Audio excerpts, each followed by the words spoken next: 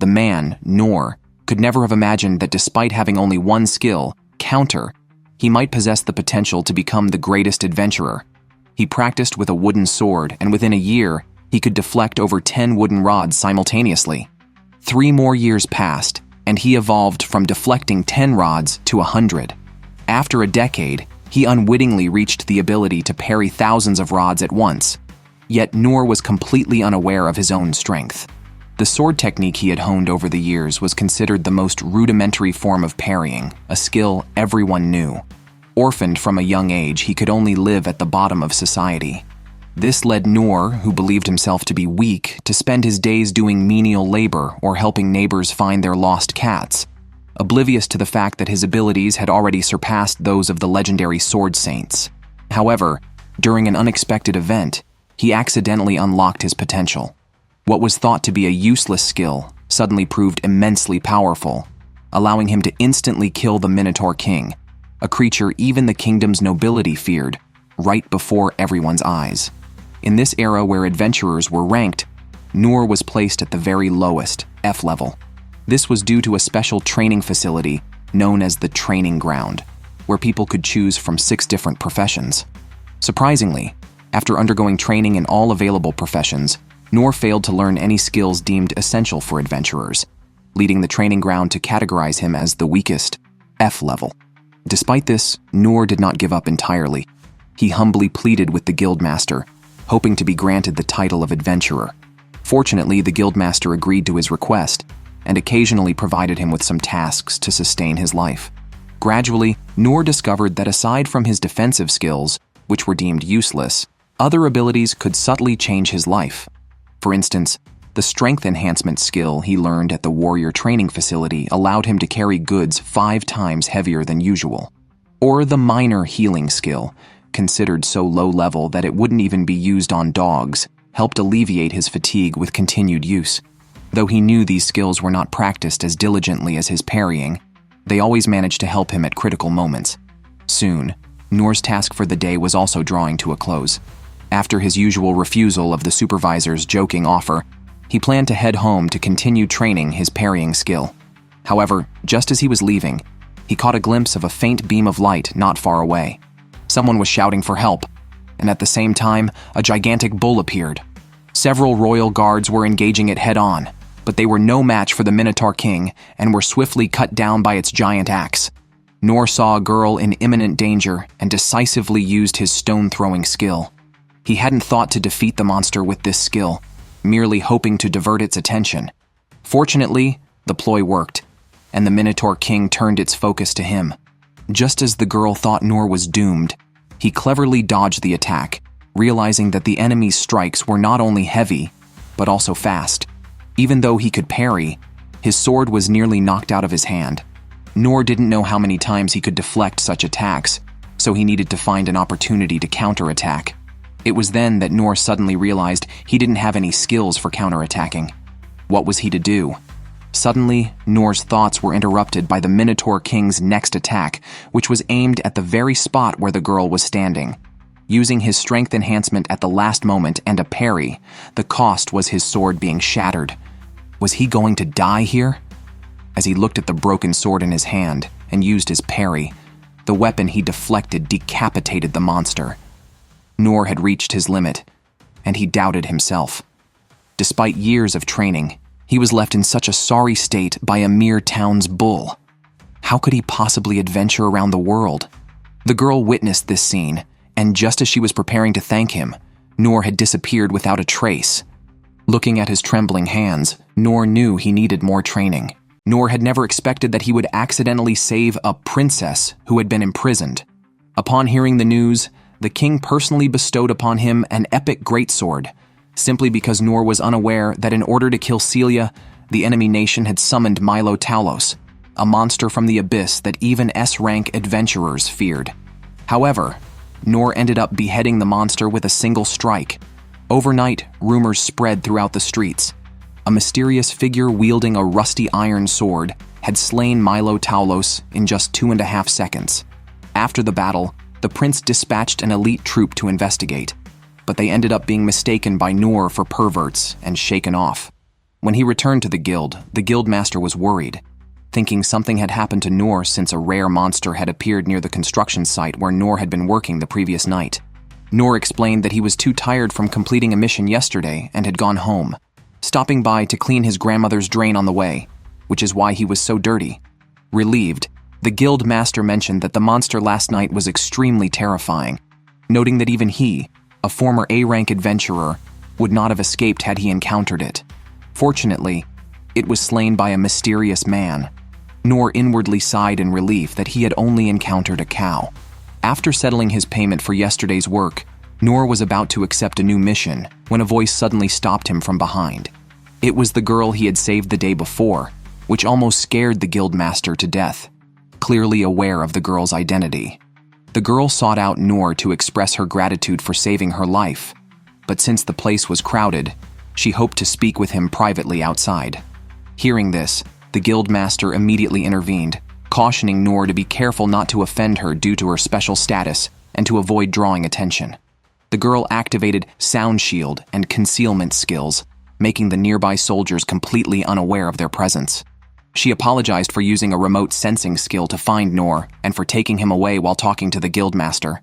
To repay Noor for saving her life, her father wanted to meet him and was prepared to use the family fortune to give him the sincerest thanks. However, Noor felt that defeating a cow in the town was nothing special, and that a simple thank you was more than enough. The girl was taken aback, insisting on giving Noor some benefits, but he really didn't need anything. Noor had never expected the girl to start crying as she spoke, even stating that she would stay by his side until he was willing to accept her thanks. Seeing the girl's relentless determination, Noor was reminded of his own childhood determination to become an adventurer, constantly pleading with his teacher to let him train. Thus, Noor also agreed, while stating that he would not accept an overly extravagant thank you. In the blink of an eye, the young girl had brought Noor to a massive mansion. It was then that Noor understood why the guild master had instructed him to mind his manners. The other party must be a wealthy family or nobility. The girl's name was Lindbergh Clays. Along the way, they encountered a female knight named Inez, who, upon learning that Noor was Lindbergh's lifesaver and was going to meet her father, took it upon herself to lead the way. Noor, mistaking her for a maid due to her armor, wondered how she managed to clean while dressed so heavily. However, for some reason, Noor felt that Inez was quite wary of him. They hadn't walked far before encountering a blonde knight. Seeing Noor behind Lindbergh, he must have assumed he was the formidable adventurer from the rumors, but judging by his attire, he seemed weak. Inez interrupted him and suggested they all head to the hall together, whispering that the more guards, the better. The blonde knight quickly understood that the unremarkable man in front of him was not as simple as he appeared. Meanwhile, in the hall, the king and his son Rain were discussing the imminent outbreak of war, as the neighboring country had violated a non-aggression treaty. The previously summoned Milo Taulos was part of their scheme to force the king to hand over the ownership of a labyrinth. If refused, more threats would follow. The war between the two countries had become inevitable. As everyone arrived in the hall, the knights all knelt down. Being from a remote area and not of noble birth, Noor was clueless about the etiquette for such an occasion and apologized in advance for any possible rudeness. However, this pleased the king, who didn't mind the lack of formalities and found it more comfortable to converse this way. The king once again thanked Noor. Without his intervention, his daughter might have been reincarnated by now. Noor, not overly concerned, thought that accepting the thanks meant he could soon go home to bathe and rest. But the king insisted that Noor could not leave empty-handed, offering him land or wealth, whatever he wished. Noor, however, wanted nothing. This puzzled the king, who then recalled that the kingdom possessed the world's oldest labyrinth, filled with rare treasures stored in the treasure hall. He decided to offer Noor half of the treasures stored there, but Noor still refused. Left with no choice, the king noticed the great sword behind him. Thus, he made a choice for Noor. The sword, though not very attractive and once used by the king himself, had become merely a decorative piece. Worried that Noor might refuse again, the king suggested that since he had retired many years ago, it would be better for the sword to be in Noor's hands rather than continue to lie dormant here. However, as soon as Noor grasped it, he felt an immense weight, and with his enhanced strength, he swung the sword, unleashing a powerful wave of energy. The king was surprised that Noor could wield the two-handed sword with just one hand. The king then made another request to Noor, asking him, if he didn't mind, to train Lindbergh. With recent unrest everywhere, it would be beneficial for her to learn by Noor's side. Confused, Noor felt he had little to teach, being weak himself, and believed such matters should be decided by the individuals concerned, feeling that parental interference was generally unwise. This amused the king, who decided to leave the decision up to Lindbergh herself. At this point, Noor bid farewell to the king. On his way back, Noor felt the greatsword in his hand. Such a heavy sword was perfect for training. Even the width of this greatsword was about the same as the drainage ditch at his grandmother's house. If used to clean the ditch, the efficiency would definitely increase significantly. The king might never know that Noor's ideas were so outlandish. It was at that moment that the blonde-haired man blocked Noor's path. His name was Gilbert, and he wanted to witness Noor's strength. The girl casually swung her dagger, and the giant tree behind her split into two in an instant. This was the holy technique of the thief class, the dragon blade. Then, she pulled out the shadowless sword, showing Noor the swordsman class's holy technique. It turns out, the girl's purpose in demonstrating her power was to ask Noor to be her master. Little did she know, at that moment, Noor was utterly bewildered. After all, he only knew one move: parry. Why would this genius, proficient in 6 class techniques, want him as a master? To show the girl his own weakness, Noor used a plain and simple life skill. Unexpectedly, this act only deepened the girl's misunderstanding. Aside from Lindbergh, another person had recently witnessed Noor's capabilities. Gilbert, known as the Saint of Spears and a battle enthusiast, often challenges strong opponents to duels. Today, he had approached Noor, but as the fight progressed, he realized something was off. No matter how he attacked, he couldn't hit his opponent. Noor thought Gilbert was deliberately holding back, reluctantly telling him not to worry about him and to go all out. Hearing this, Gilbert became serious, and his speed increased significantly. However, to Noor, although Gilbert was faster, he was completely unguarded at the moment of each dodge. It seemed as if he was intentionally allowing himself to be attacked. Noor believed these were deliberate flaws, and he must not be deceived. Unbeknownst to him, Gilbert was profoundly shocked. No matter which spear technique he employed, he just couldn't hit his opponent. Then Noor asked him to speed up even more. An angry Gilbert unleashed his ultimate move, thinking he had the upper hand. But when the smoke cleared, he found his opponent had already dodged. Yet, Noor conceded defeat and left, fearing for his safety afterward. He had thought he was improving, but Gilbert's move dispelled that notion. At that moment, he had used all his strength to enhance his body and stealth, just managing to dodge that shot. Had Gilbert not intentionally slowed down, he would have been dead. Indeed, a true master is beyond his understanding. All the while, that master was nearly shutting down internally. His subordinates thought Gilbert had won, but only Gilbert knew how strong that man really was. To dodge attacks so effortlessly and not even strike back was one thing, but to even evade a supersonic spear technique without clearly seeing the opponent's movements was another. What frustrated Gilbert even more was that he thought Noor had conceded defeat and left just to save his own face because his subordinates were present. However, Gilbert couldn't have guessed that Noor left simply because he had more important things to do. It was time for him to go back and clean up the garbage. Surprisingly, he used a divine sword forged by a dragon to clean the sewer. More absurdly, while looking at the giant sword, Noor thought of even more uses for it, such as using the blade as a boat paddle, or even to grill pizzas. He even considered making a good amount of money by using it for teppanyaki. Though the ideas were pleasant, he was only capable of a basic fire magic technique, light fire, which wasn't quite enough for cooking teppanyaki. Lindbergh's arrival interrupted Noor's thoughts. After chatting for a while, Noor learned that she had specifically come to ask him to be her master. She volunteered to take care of his daily life and hoped to learn techniques and knowledge from him during that time. This puzzled Noor all the more, as it seemed unreasonable for anyone to want him as a teacher. Therefore, Noor outright rejected her. Lindbergh thought Noor was rejecting her because he saw her as weak, and she quickly asserted that she was the best student from the 6 major vocational academies. Even so, Noor rejected her again, nearly bringing Lindbergh to tears. In her view, Noor must have thought she was boasting. She then took out her wand and cast 2 high-level magic spells. Following that, she pulled out a dagger and demonstrated the thief class's holy technique, slicing a giant tree behind her in half instantly. She then showed the swordsman class's holy technique, cutting another large tree in half. Noor hurriedly stopped the excited Lindbergh. Having witnessed the skills Lindbergh had just displayed, Noor realized she was a super genius. Compared to himself, who only knew basic skills, her excellence made him feel somewhat embarrassed. To show Lindbergh how inept he was, Noor decided to demonstrate it to her in reality. On the way out, Lindbergh, deep in thought, looked at her own light fire technique. The sage Oaken from the Magic Academy had once shown her his light fire technique, which was larger than usual. Oaken explained that even a basic ignition skill after his 200 years of accumulation could become stronger, something not achievable overnight. However, the light fire technique Noor demonstrated was several times larger than that of Oaken, the world's top magician, which shocked Lindbergh into silence.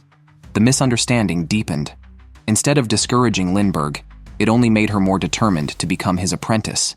The man could never have imagined that the goblin, considered the weakest creature in people's tales, was actually a muscular hunk with 8-pack abs. What surprised him even more was that this was not just any goblin. It was a disaster-level goblin emperor. As for Tuka, who was on his first adventure, he thought it was just a normal goblin because he had heard that goblins have green skin, stand on 2 feet like humans, and have beast-like sharp eyes. Moreover, his quest for the day involved goblins, so everything seemed to match up. Ever since Lindbergh had joined him, Tuka had been able to accept quests near the royal capital. As a B-level adventurer, Lindbergh could have taken on more challenging quests, but with the lowest level Tuka, they could only hunt weaker goblins. However, even if it was just goblins, Tuka was very excited. After all, these creatures were what adventurers used to test their skills, and this was also his first time accepting a quest outside the city. As the two headed towards the forest of monsters in the outskirts, Tuka asked what kind of creature a goblin was. Lindbergh was momentarily stunned by the question, but then realized Tuka was testing whether she knew about goblins. She then seriously answered about the places where goblins were found, and their habits. This made Tuka feel even more embarrassed because it was clear that Lindbergh knew much more than he did. What could he possibly teach Lindbergh? His embarrassment grew when, despite seeing nothing ahead, Lindbergh sensed the presence of a monster and immediately used a skill to reveal hidden beings. Indeed, a giant goblin appeared, marking the first time Tuka had seen one. Tuka found that the goblin was much larger than he had imagined. Although what he saw was completely different from the rumors, the physical characteristics matched perfectly, which surprised him. Such a robust body was actually considered a mere underling by the people. Watching Lindbergh stare blankly to the side, Tuka thought she lacked practical experience. However, unbeknownst to him, Lindbergh was not inexperienced. Rather, she was too experienced. She had recognized that this was a goblin king, a disaster-class mutant, an illegally created magical creature. Hearing Tuka psyching himself up, Lindbergh thought he had sensed the presence of the Goblin King, which is why he had shown naive joy when receiving the quest. It turned out all of this was a play he staged to secretly eliminate the crisis. With this realization, Lindbergh felt more confident. However, the Goblin King was not infamous for nothing. Besides being tough-skinned, its body was also very agile. Lindbergh released several skills in succession, all of which were dodged by its nimble movements. Although she managed to hit the Goblin King with an explosion spell, Lindbergh quickly discovered that it could rapidly heal itself using a magic stone on its head. If this continued, they would run out of stamina and magic before even injuring the Goblin King. However, after learning the source of the Goblin King's power came from the magic stone, Tuka thought of a strategy to counter it. He suggested that Lindbergh release an explosion spell from behind while he used the propulsion speed to charge at the Goblin King.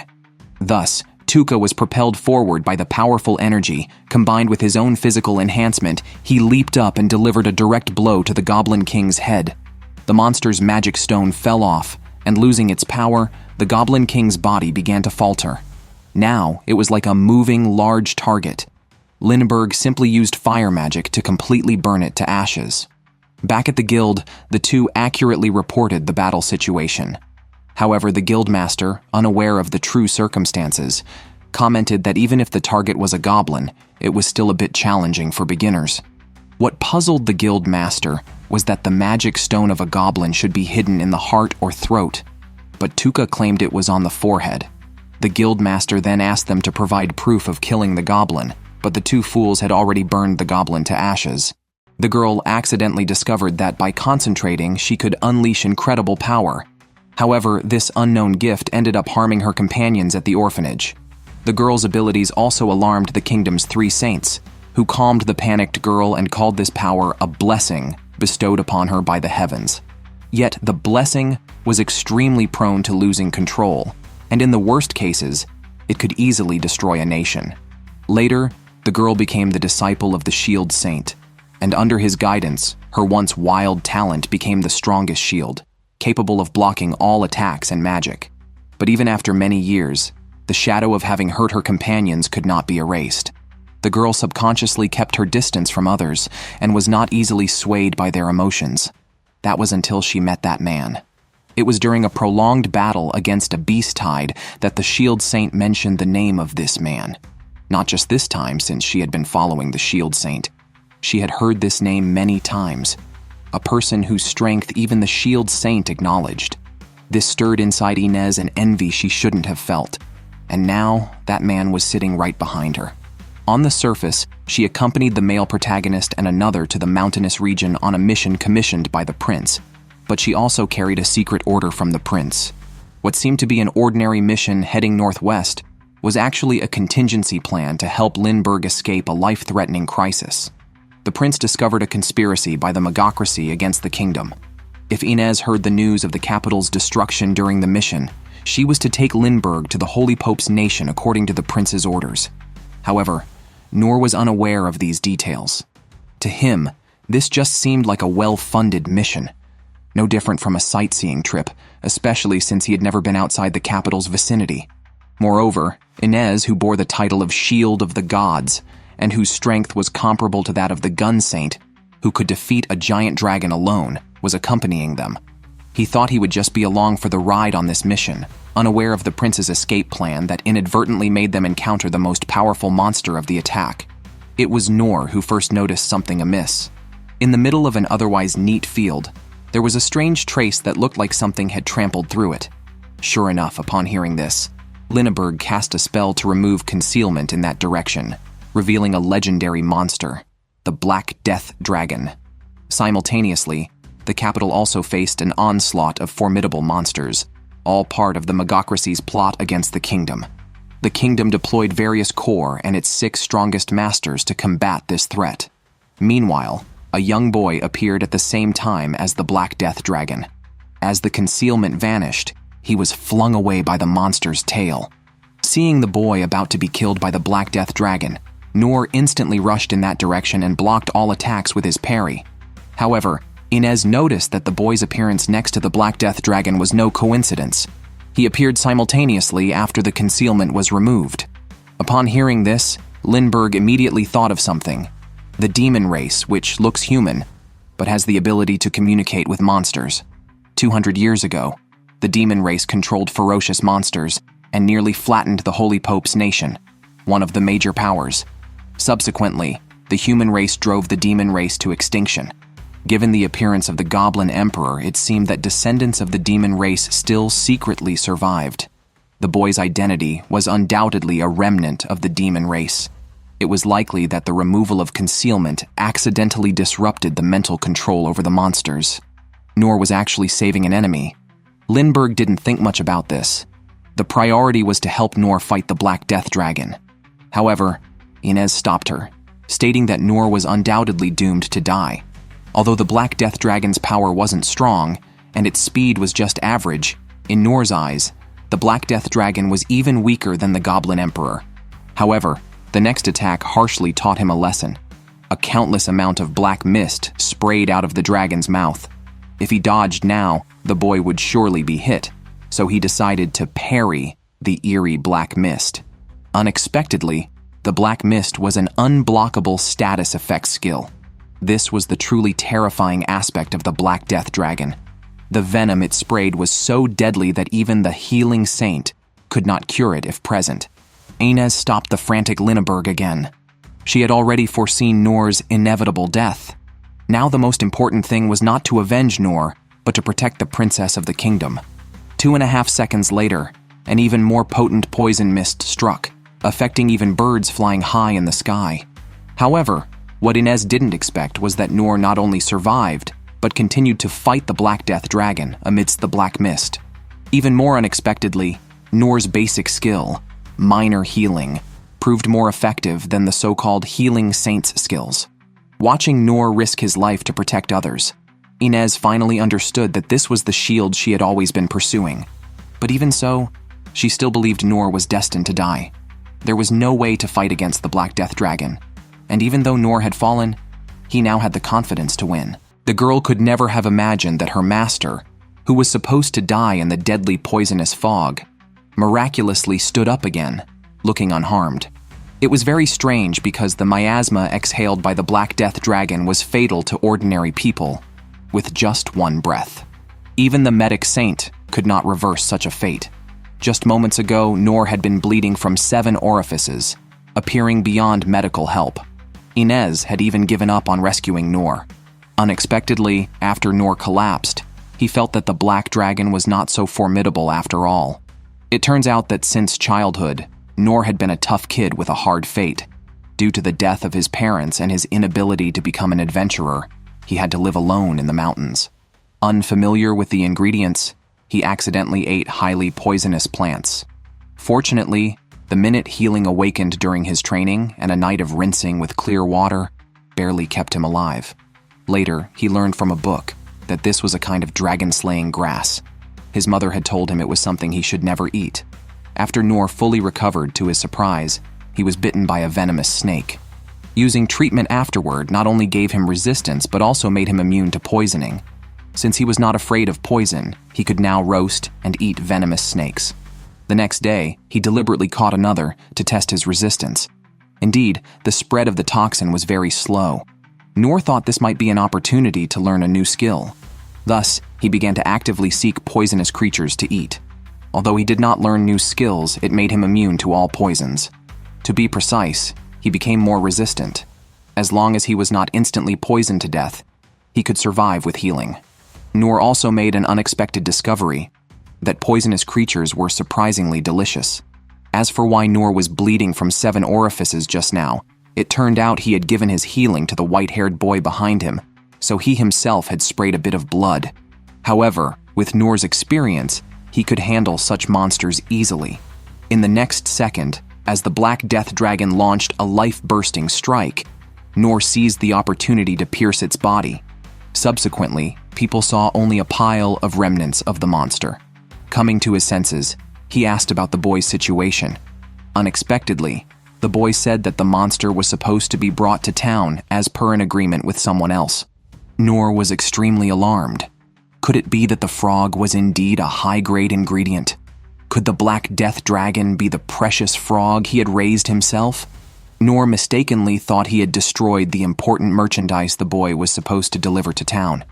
His sudden apology completely confused the boy, although he also did not know why he was supposed to bring the monster to town, but it was definitely not to be used as food.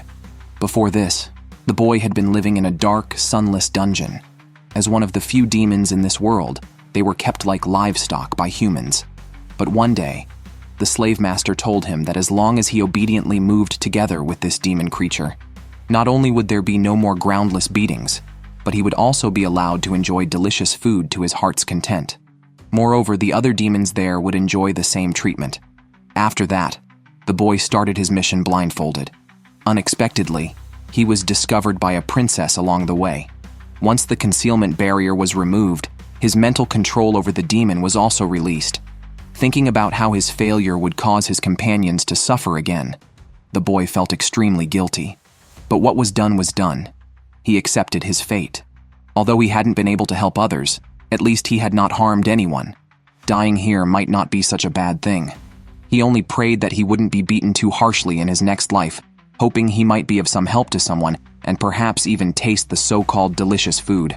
It It was at this moment that Noor intervened to save him, and immediately treated him after the demon exhaled poisonous gas. Unexpectedly, afterwards, Noor even offered to compensate him, which the boy could hardly accept. Later, Noor also learned that the boy could control demons, which made him envious, for he had often thought how useful it would be if he had such a skill, to have demons help with farming during the day and with guarding at night. However, what surprised Noor even more was that the boy was born with this ability. The boy stuttered that it was a demon trait. People of the demon race all have this ability. But Noor, being somewhat hard of hearing, misunderstood. Although Noor's thought processes were not on point, Lindbergh knew about the boy's identity. What concerned her more, however, was that Noor, having inhaled the poisonous fog, was still bursting with vitality. The only reason she could think of was holy chi, a state that can be achieved only by cultivating one's body to the utmost limit. It not only purifies everything it touches, but also heals any injuries. However, it is worth noting that even the medic saint took 40 years to reach this level of cultivation, and yet Noor had learned it at such a young age. Just as she was pondering this, an unexpected guest appeared, a man with his upper body bare. The man never expected that, after over a decade of dedicated sword practice, yet he couldn't even defeat a nobody who came out of nowhere. He thought it was because he was too weak and powerless, but little did he know that his opponent, Zadu, was the strongest human on Earth. At just 13, Zadu could slay dragons and later single-handedly destroyed an entire kingdom. Even the Adventurers Guild, when fully mobilized, could do nothing against him and had to tacitly treat him as a non-existent person. Yet, this formidable opponent found himself powerless against Noor. Just moments ago, after Noor had defeated what he thought was a giant frog, the group was preparing to set off with a demon youth named Rollo. Unexpectedly, Zadu appeared out of nowhere and launched an attack, not on Noor, but aiming for Rollo behind him. His employer had offered him a substantial fee to bring Rollo back. Facing such a request, Noor naturally could not agree and was forced to fight Zadu. Zadu had planned to bypass Noor and directly eliminate Rollo, but his ambush was consistently blocked by Noor. Even his weapon, meticulously crafted from dragon teeth, shattered. Frustrated, Zadu decided he must first deal with Noor. During their fierce duel, Zadu was stunned. He had never before encountered someone who could withstand so many of his attacks. It seemed he needed to use his real skills. Without another word, Zadu stomped on the floor, shattering it and lunging at Noor with lightning speed. When their weapons clashed, a massive airflow surged, blinding the onlookers. Noor was thrown several meters back, but quickly regained his composure, shocked by Zadu's incredible strength. With such a tiny weapon, Zadu could deliver such immense force, even more formidable than the mad bull they had faced earlier. But Zadu was already confused. His strike, which even ordinary S-rank adventurers couldn't withstand, had been blocked in this wild land. Zadu's competitive spirit was instantly ignited, desperately wanting to defeat Noor. The next second he attacked from all directions, but Noor blocked every move. Watching the dizzying battle unfold, the onlookers were stunned. Ines quickly activated a protective shield to prevent the nearby town of Lindbergh from being damaged by the aftermath. At that moment, she recognized Zadu's identity. If she was not mistaken, Zadu was the legendary man, the dead man Zadu, formerly the strongest S-rank adventurer, who at 13 slayed dragons, at 16 destroyed a nation, and at 20 topped the world. He should have been celebrated, but instead he became a notorious executioner. As long as there was profit to be made, he would not hesitate to strike anyone, young or old. The Adventurers Guild once sent several fighters of the same level to suppress him, but all were counter-killed by him. Ultimately, the guild had to regard him as a dead man and abandoned all thoughts of sanctioning him, just to avoid more senseless sacrifices. Yet, such a powerful individual was now evenly matched in battle with Noor. At this point, Zadu had guessed the source of Noor's strength. His reflexive blade deflection and the strange, enormous sword in his hand, which was even more durable than his own short sword crafted from various rare materials. But he wasn't worried, as what he had shown was just the tip of the iceberg of his abilities.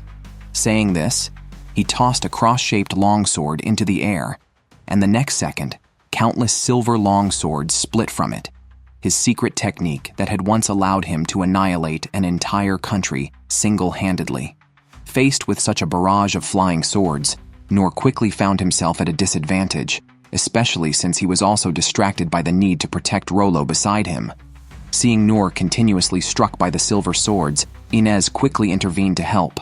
Her shields could even launch attacks, but Zadu dodged them all. Watching this unfold, Noor knew he couldn't go on like this and was pondering a strategy when he saw the poison fangs of the giant frog, sparking an idea. After crushing the fangs with his body, he had Inez create an opening in her shield. With a casual throw, the shattered fangs shot out like a shotgun, shattering the silver swords in the air. While everyone was somewhat pleased by this turn of events, Zadu launched a surprise attack. Inez was about to be fatally struck when Noor, reacting quickly, successfully blocked the attack. Zadu found this unbelievable and realized that earning money today was unlikely. Reluctantly, he decided to abandon the mission and turn to leave. Seeing this, Noor finally relaxed, but what he didn't know was that everything Zadu had done was a lie.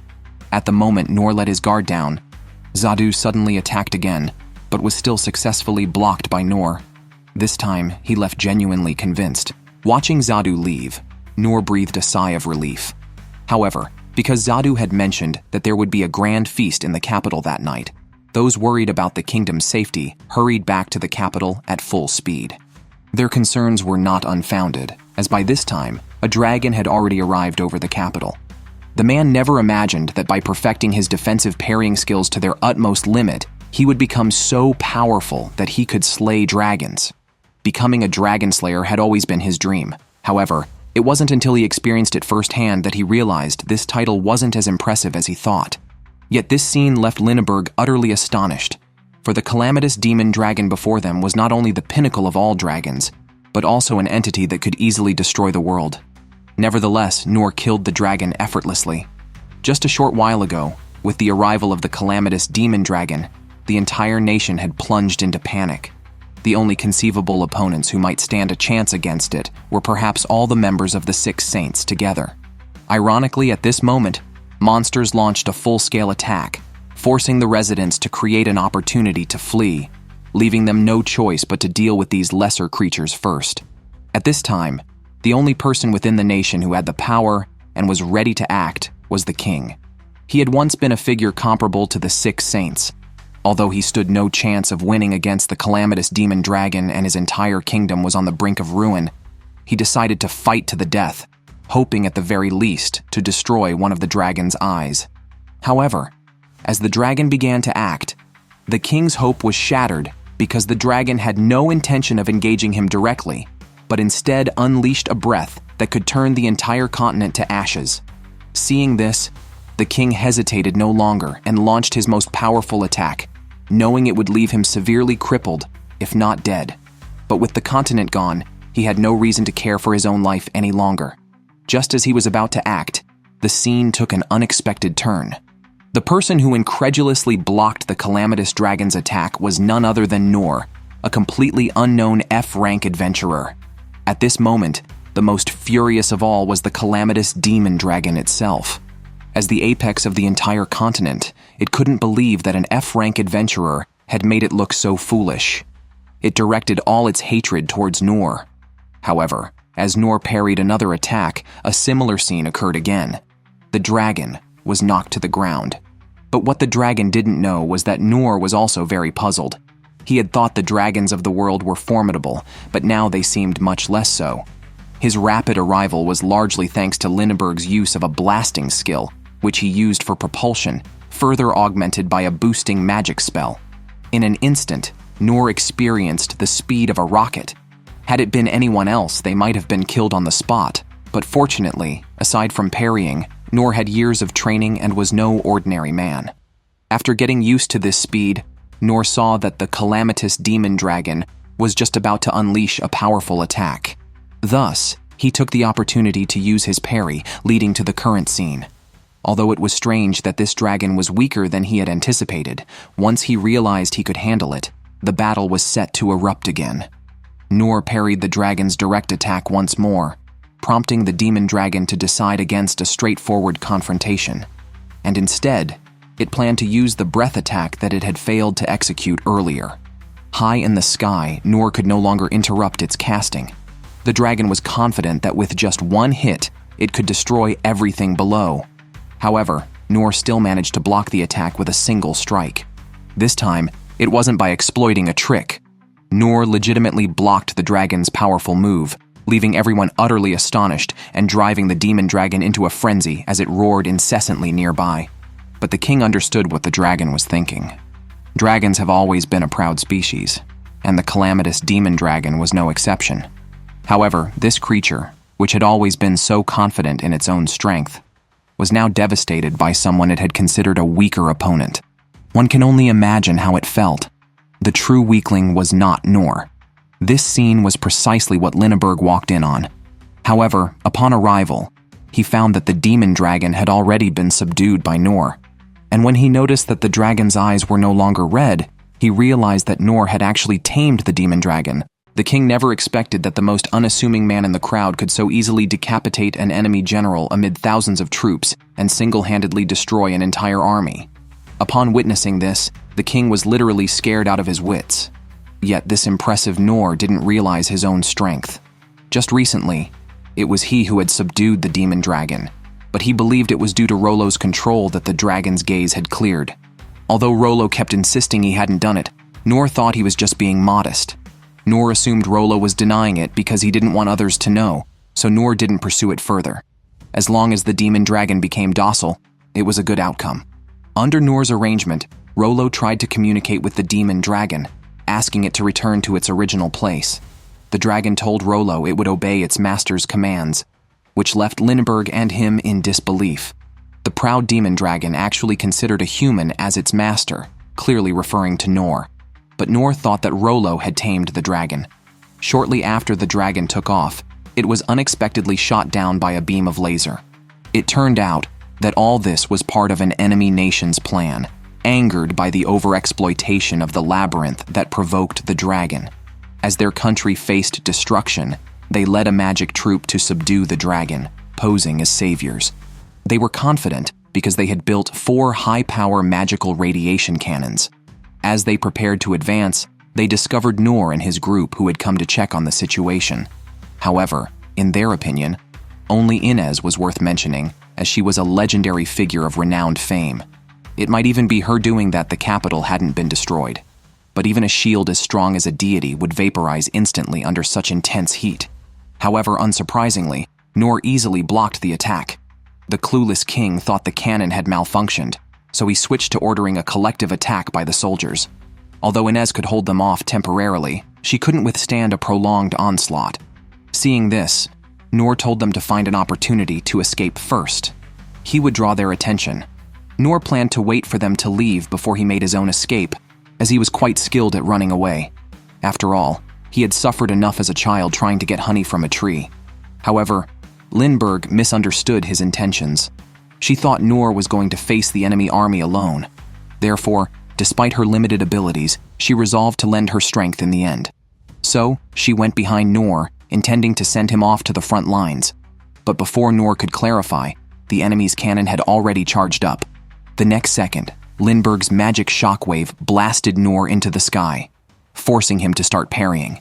Now, he had no choice but to fight tooth and nail. He continually pushed forward, all to buy more time for Linneberg and the others to escape. This scene completely dumbfounded the king. He couldn't even understand what was happening. He just saw a bunch of weapons inexplicably flying into the sky and then bizarrely crashing down on his own soldiers. Before he could recover from his shock, Noor suddenly charged at him, leaving the king in disbelief. He had just seen Noor on the other side of the mountain. How could he have appeared here so quickly? As Noor closed in step by step, the king realized that he was the target. But just as he thought this, Noor swiftly dashed past him. In the blink of an eye, several cannons had fallen right in front of the king. It was only then that he noticed the weapon in Noor's hand, one of the labyrinth relics he had desperately wanted. Logically, such a heavy weapon shouldn't be movable by an ordinary person. Even the monsters, as the king referred to them, had to use both hands to swing it. Yet, in Noor's hands, it seemed as light as a toy. The king looked at his fallen soldiers and then at the terrifying man in front of him, revealing a sinister smile. In an instant, he was terrified, scrambling onto his horse to flee, his heart filled with fear of Noor. The man was known as the kingdom's sword saint, but he never imagined that the apprentice he had once dismissed as useless would now, using the most basic sword techniques he had taught, single-handedly hold off an entire army. At first, the sword saint didn't recognize Noor and thought he was just some formidable swordsman who had come down from the mountains. After personally thanking Noor with a flourish of his sword, Noor effortlessly finished off hundreds of soldiers. This display of strength was precisely the power Noor had always sought in a swordsman. Unbeknownst to him, his skills now far surpassed even the sword saint. Also arriving on the battlefield were the other 6 saints, each of whom had been Noor's mentors. The mage master first took control of the remaining soldiers, followed by the warrior master leading the charge. The healer, lastly, performed harsh interrogations, as after all, regrowing a hand or foot after treatment wasn't a problem no matter how many times it was needed. When Noor saw his former teachers again, he was extremely excited. 2.5 hours later, after being treated by Lindbergh, Noor recovered from his exhaustion. An inspection of the area confirmed there were no more ambushes. Only the Magus King had escaped. Hearing his masters discuss the Magus King, Noor mentioned he had recently seen a strange old man dressed in shiny gold armor. Oaken speculated that this must be a top-quality armor made from royal metal, undoubtedly belonging to the Magus King. However, given the current situation, the enemy likely had already fled beyond the national borders, and chasing him by ordinary means seemed impossible unless everyone could master flight magic. Upon hearing this, Noor mentioned that flying might actually be possible. Soon they arrived at the site where the magic dragon had fallen. Noor's plan was to pursue by riding the magic dragon. The healer first healed the dragon, with a green glow instantly covering its body, and its severe injuries gradually began to heal. The healer also recognized Noor as the group chatted like old friends reunited. During this time, Oaken expressed concerns about whether the dragon was safe to approach. Noor assured him that everything was under control with Rollo, who could communicate with the dragon's mind. The dragon regained consciousness, and Rollo sensed its anger. It wanted revenge on the Magus Kingdom, and hoped Noor would give it commands. Oaken was shocked at how well Noor had managed to tame the dragon, but Noor credited all to Rollo, unaware that he himself was the real master. Meanwhile, Lindbergh and Inez volunteered to help, but at that moment, Noor's fear of heights kicked in, and he felt nauseous even before they took flight. At that moment, Carew also came over. Noor had learned his stealth skills from him. Since they were planning to pursue on a magic dragon, they naturally needed stealth skills to disrupt the enemy's line of sight. Carew took on this task. The healer also went along, while Oaken stayed behind on the battlefield to manage the remaining prisoners of war. The king had Rhine follow to handle post-war negotiations. Thus, the group mounted the magic dragon and flew towards the Empire. It was then that Sig also recognized Noor. It turned out he had been searching for him all along, and admitted that taking in Noor and nurturing him was an idea far too arrogant. Dandalg agreed with this sentiment. In his view, Noor was like a hero out of a fairy tale. Meanwhile, Noor and his party arrived at a canyon on the edge of the national border. Soon, Lindbergh spotted a fast-moving target. It was the Magus King. However, his position was already within the defensive network of the Magus Kingdom. Crossing over to pursue him would mean they could not easily retreat unscathed. At this time, Inez volunteered to fight. She was truly angry. Her beloved country had been trampled upon, and she could not let the main culprit escape easily. She then summoned a sword of light and shattered the defenses. Everyone present possessed extraordinary powers, and they had no need to worry. In Lindbergh's eyes, Noor's presence was immensely reassuring. Though unbeknownst to her, Noor was on the verge of passing out. The man had never imagined that by perfecting the lowest level of parrying to the extreme, it would transform into a conceptual-level divine technique. Whether it was an attack powerful enough to annihilate a nation, or even intangible lasers, he could block them completely. However, this scene stunned the princess. She hadn't expected that Noor, who had arrived just a minute before them, had already subdued all the experts of the enemy nation. Just a short time ago, the emperor who had fled the battlefield had just returned to his country. The first thing he did was to order his subordinates to prepare the divine thunder, a high-tech weapon 10 times stronger than the spear of light. Confident that this attack would obliterate any being, he ignored his subordinates' protests that the divine thunder was still in the experimental phase, too powerful to aim accurately, and could accidentally cause damage within their own nation. Driven mad, the Emperor didn't care about these concerns. Their current foes were not just the Calamity Dragon.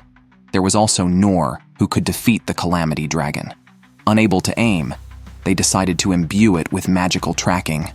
Ignoring advice, the Emperor forcefully initiated the launch of the Divine Thunder, which Nor deflected into the sky.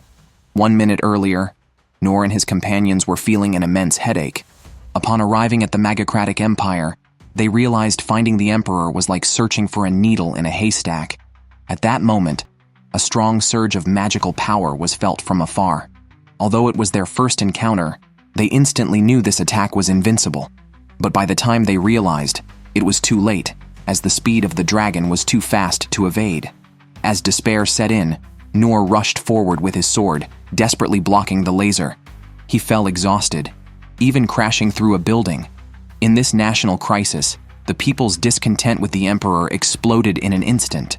Some even saw this as an opportunity to assassinate the Emperor, hoping that by presenting his head to the enemy nation, they could show their sincerity. As the Emperor was gripped by fear, suddenly someone descended from the sky. It was Nor. The first thought of those who saw him was that he was a reinforcement called by the Emperor. The next second, they decided to attack together. But to their surprise, Nor simply waved his hand and deflected all their attacks effortlessly. Just when Randius was finding the situation unbelievable, his subordinate suddenly threw a hand grenade.